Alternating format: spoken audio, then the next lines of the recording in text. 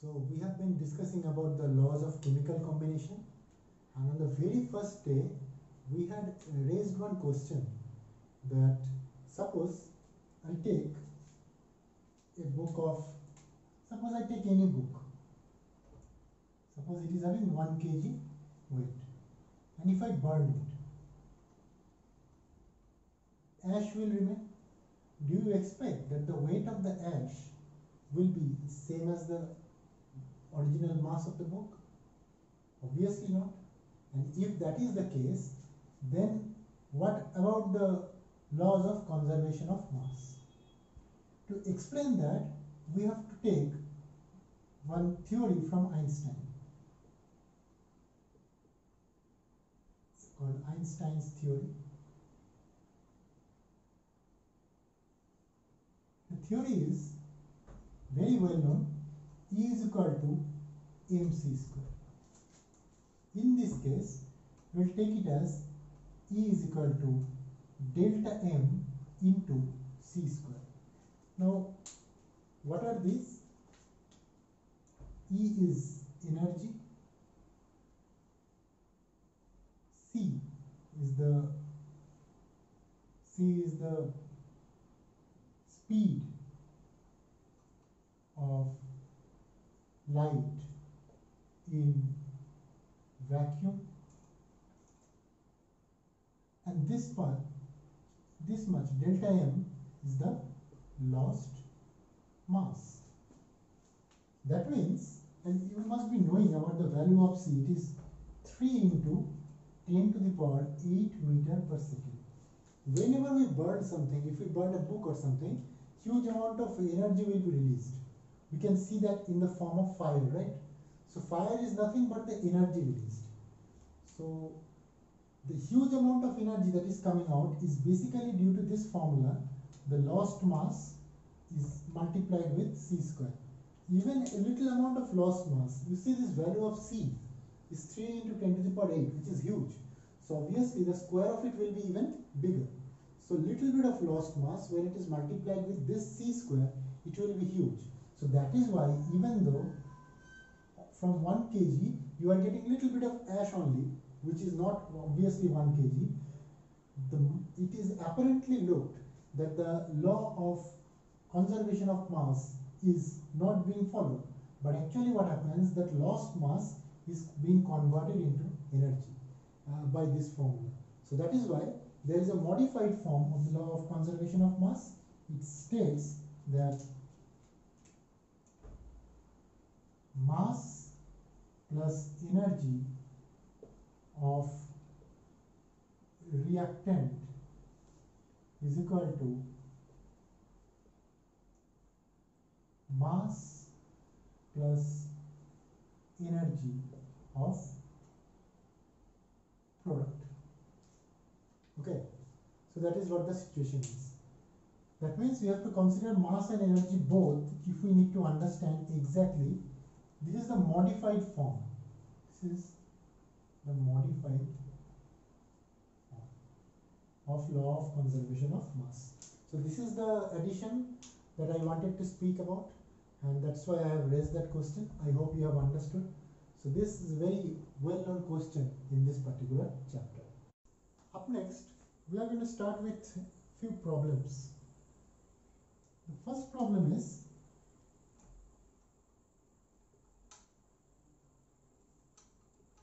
first problem for today is A and B, two compounds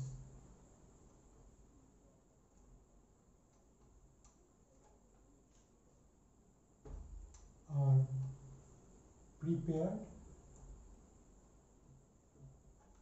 Two compounds are prepared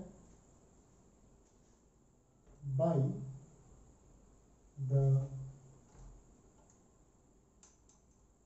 combination of SN and oxygen, means T and oxygen, and some of the values are given in compound A.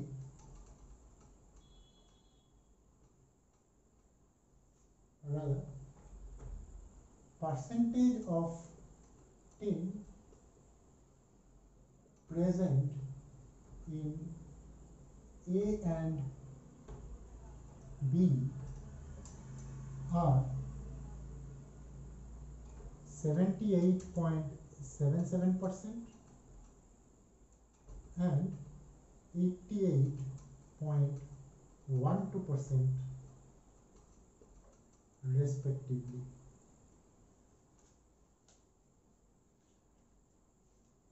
Now, the question is, show that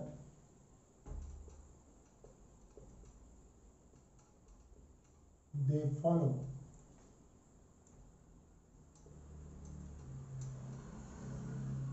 law of multiple proportion.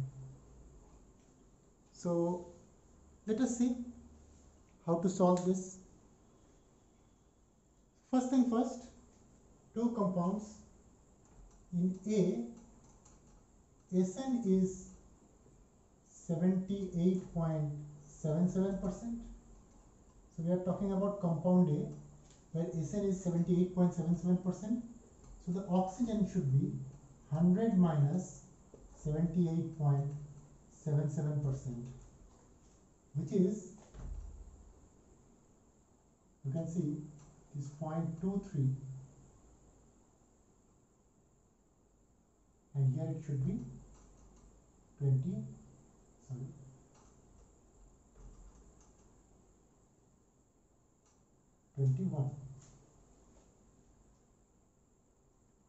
Similarly, in compound B, Sn is how much? 88.12%, and so the oxygen that we can find out should be 100 minus 88.12%, which is how much we are getting? 11.88%. So these are the values. Now, in order to prove that they are following the law of multiple proportion, simply we have to take the ratio of, so from A, if we take the ratio of Sn and oxygen, rather we take oxygen is to Sn, okay? It should be how much? 21.23 is to 71.77. We can further write it as 78.77 by 21.23. And in compound B, if we calculate here, it should be oxygen is to tin should be 11.88 is to 88.12. It should be 1 is to 88.12 divided by 11.88. And this, so now our job is to calculate it is exactly how much. You take your time and calculate. As a matter of fact, I have already calculated it.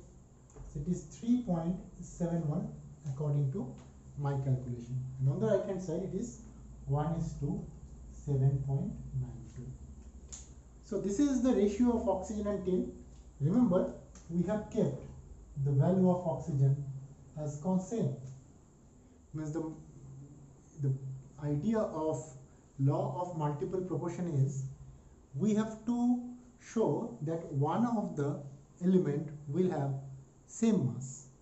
Then what will be the ratio of the other element?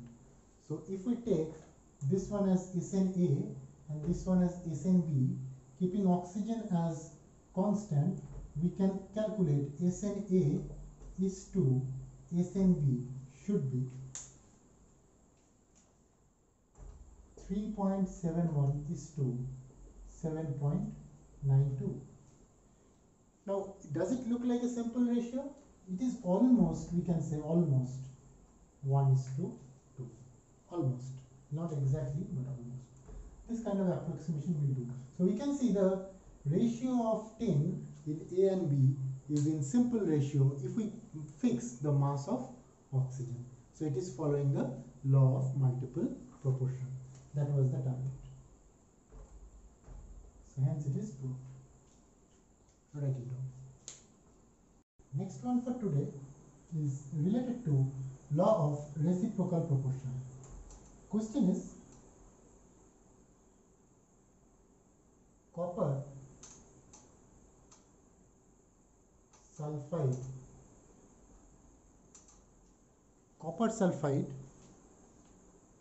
contains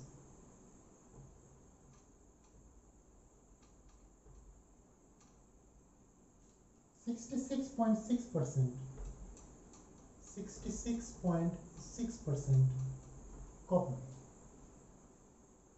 and copper oxide contains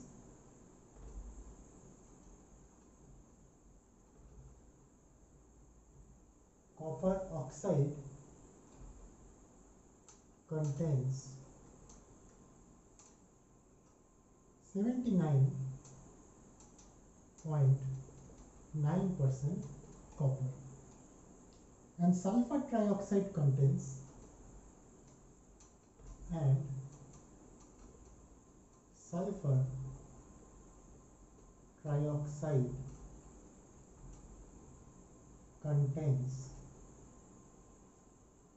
40%. So, show that this data illustrates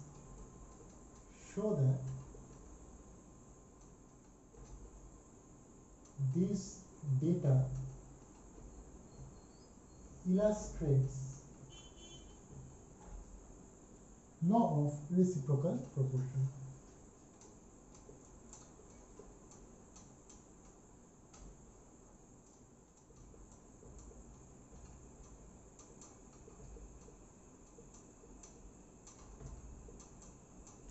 Now let us see.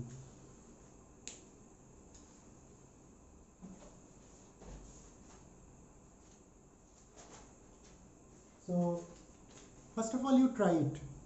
First you formulate exactly in which manner we should propagate. I have already given you one or two examples when we have discussed about it. Now let us see. So if I choose like this, there are three compounds like copper sulfide,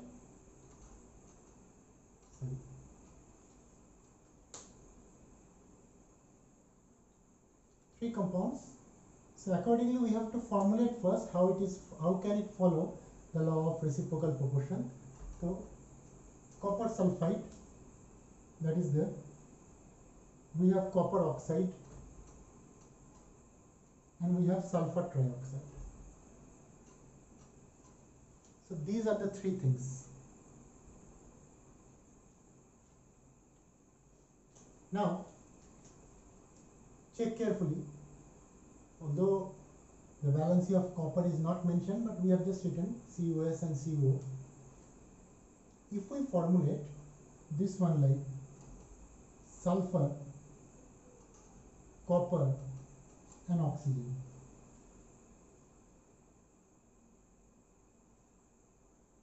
so we can say between copper and sulfur it forms COS, these two it forms H2O3, and copper and oxygen it forms CuO.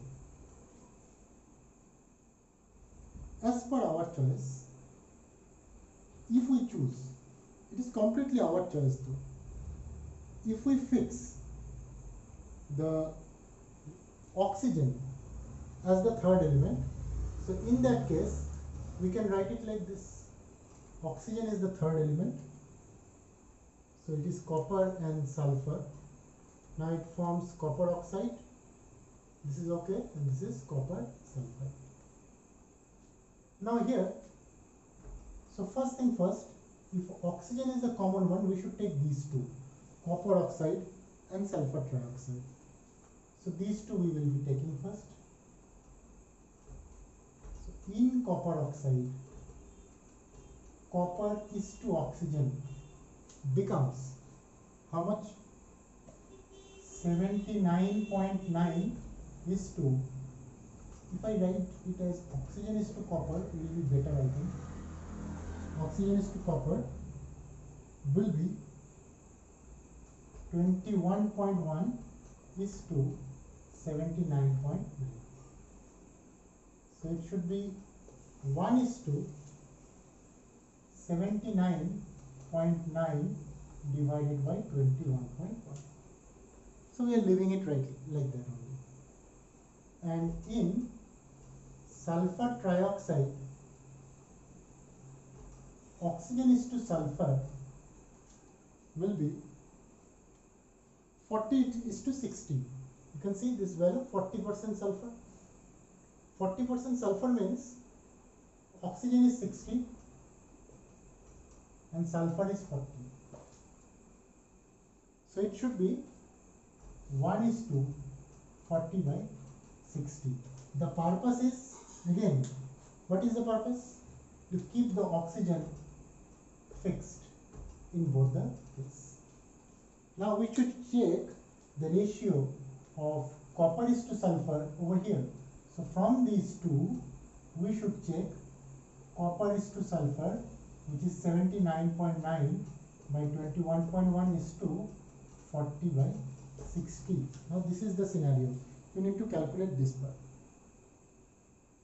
So we are getting this much as 3.78 is to 0.66. So 6 into 6, it is almost equal to 6 is to 1, almost, right? So now, this part we are calculating in which manner? Two elements combines with a fixed mass of the third element, forms two compound. So one element, the mass of the one element, which is oxygen, that is fixed. The mass of the other element bears a ratio. Now let us see whether it is the same ratio or simple multiple ratio to the compound, which the two elements, when they combine with each other, forms copper sulfide. In that case, the ratio of copper and sulfur, we will find out. We will see whether this ratio and that ratio is same. If not same, whether they are simple multiple to each other or not. Now in the copper sulfide, the value is given 66. Copper is to sulfur is how much? 66.6 is to 33.4. So it is almost 2 is to 1. Check carefully. These are the two ratios. 6 is to 1 and 2 is to 1. So obviously we can say the ratio of copper is to sulfur. This is a simple multiple ratio to the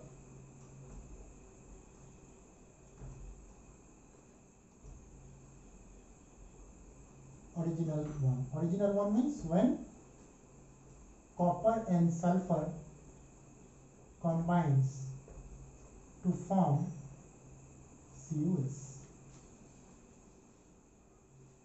That means indirectly the ratio that we are getting is either, there are two options. Either you have to prove that they are same, which we are not getting, but we can prove that they are simple multiple ratio to each other. So this is how we can prove that these are in agreement with law of reciprocal proportion. Write it down, very standard problem this one is. Next one is a theory, very well known, atomic theory of Dalton. I think you must have read that in junior classes also, but we have to revisit. So it is Dalton's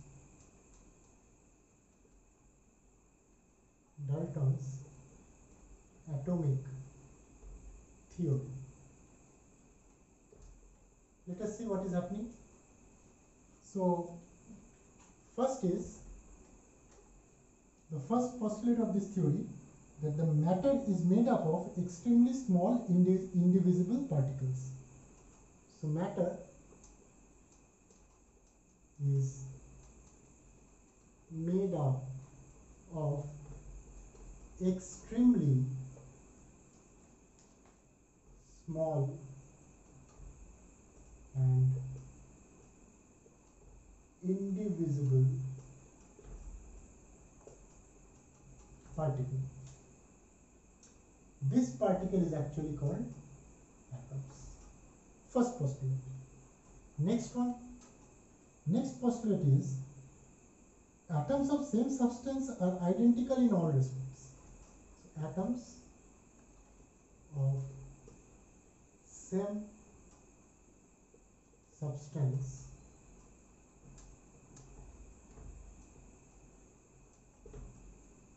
very easy, they are identical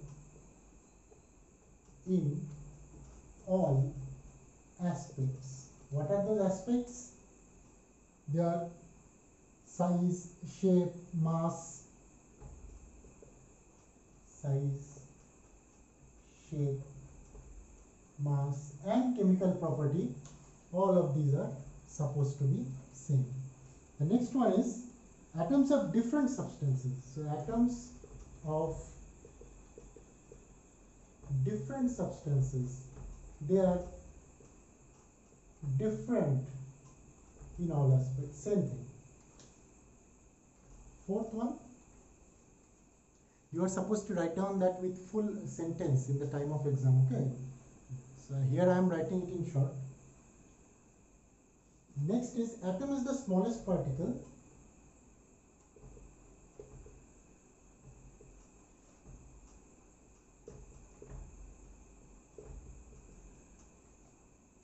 that takes part in chemical reaction. Next point. Next is atom of different elements may combine with each other in a fixed mass proportion. Atoms of different element may combine with each other in fixed mass proportion. Sixth one, the last one rather, the atoms cannot be created or cannot be destroyed. The last one is atoms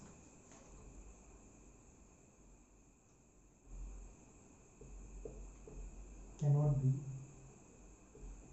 created or destroyed. Now in all of these are the very well known Dalton's atomic theory. But nowadays there are so many loopholes, or you can say drawbacks, of this atomic theory has been found out. So now we are going to talk about the limitations of atomic theory. I am not writing those, just I will pick up one by one point and then we are going to talk about it. So first is this one.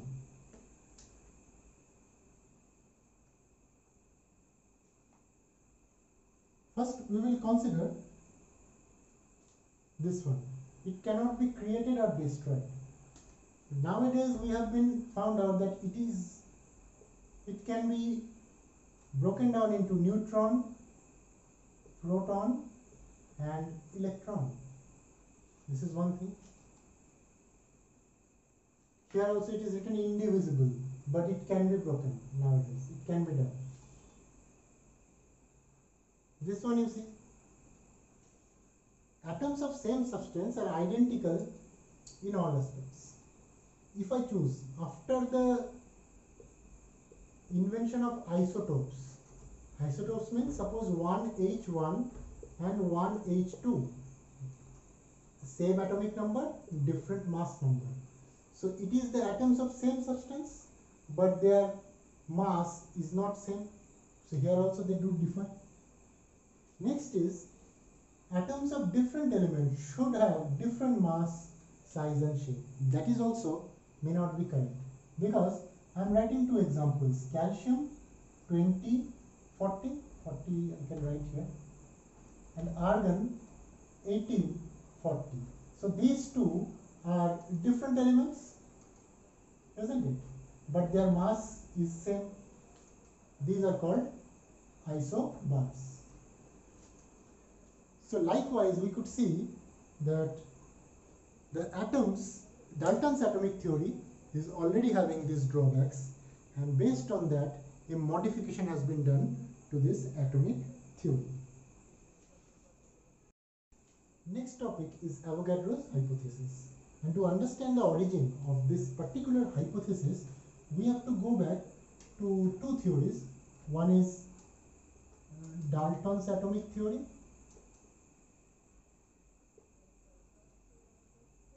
one is Gay-Lussac's law. Dalton's atomic theory suggests that two elements combines in simple whole number ratio of their masses, whereas Gay-Lussac's law suggests two gases combines in simple ratio of their volumes.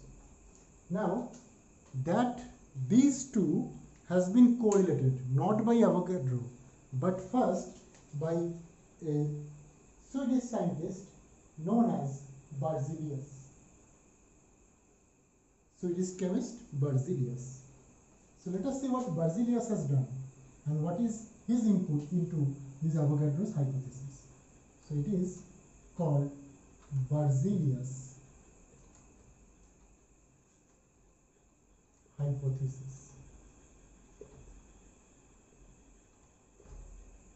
He has told that equal volume of all gases. Let me first define, because it is very, very important to understand.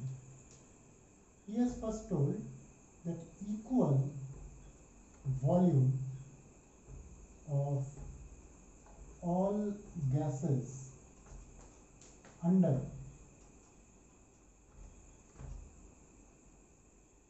equal temperature and pressure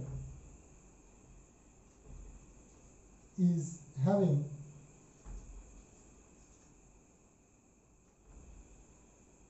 equal number of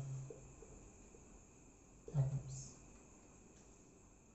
So he has taken a very good example of hydrogen plus chlorine giving rise to 2HCl. So we know that it is one volume, it is also one volume, and it gives rise to two volume. So one volume of H2, one volume of Cl2 gives rise to two volume of HCl. And we know, according to this theory, that suppose in one volume there are n number of atoms. So here we can say n atoms of hydrogen plus n atoms of chlorine gives rise to 2n atoms of HCl. Now if we divide everything by n, it will be 1 atom plus 1 atom giving rise to 1 atom of 2 atom of HCl. Now carefully see, if we need to produce 1 atom of HCl only, if I rewrite that with different color, if I need to produce 1 atom of HCl, so for that what I have to do? I have to divide everything by 2. So here I should write half atom of hydrogen plus half atom of chlorine. My point is, if half atom of hydrogen and chlorine is required to prepare 1 atom of HCl, what is this half atom? Is not it absurd? How can we produce half atom? Because atoms are indivisible, it cannot be divided as per the Dalton's law. So it is not following Dalton's law, and that is why this is a small mistake which leads to a big problem in accepting the Berzelius's hypothesis. That means due to this mistake only, there must be some mistake, we will find it out. Due to this mistake only, Berzelius's hypothesis was wrong. Interestingly, what Avogadro has done, I am just rectifying it here. So you take the screenshot and you compare that with the next part. What Avogadro has done is, I am just changing the portion where the changes have been done. I am just doing that with red so that you can understand.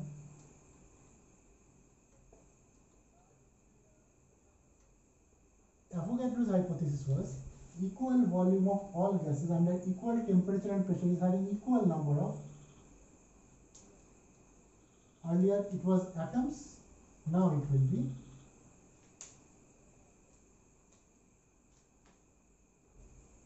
molecules. So this is the important thing. This molecule. If this one is molecule, then where the changes will take place? Here, here. So it will be molecule and molecule. So here also it will be molecule. Similarly, this will also be molecule. So one molecule of hydrogen, one molecule of chlorine gives rise to two molecules of HCl. Now half atom of hydrogen. Here also it should be molecule. Here also it should be molecule in order to prepare one molecule of HCl. Is it okay? Like the previous one was not okay, because half molecule of hydrogen, is not it very easy to understand that if half molecule of hydrogen means one atom of hydrogen, and half molecule of chlorine means one atom of chlorine. So now it is very much justified. It is okay now. Earlier, due to this small mistake of atoms, writing atoms in presence of in place of molecule, that was wrong. Now since we are writing molecule, it is absolutely fine.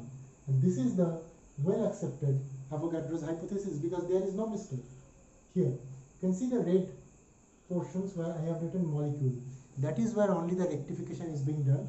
So it is very easy for the students to remember and understood both, because you have to understand the Berzelius's hypothesis if you need to know the Avogadro's hypothesis. NCERT has not described it much, so you have to understand the difference, and to make the difference, first I have written that. I think you have taken the screenshot. Now I have done it with Avogadro, and this is absolutely justified. Carefully see to it. Next day we will see the application of Avogadro's hypothesis.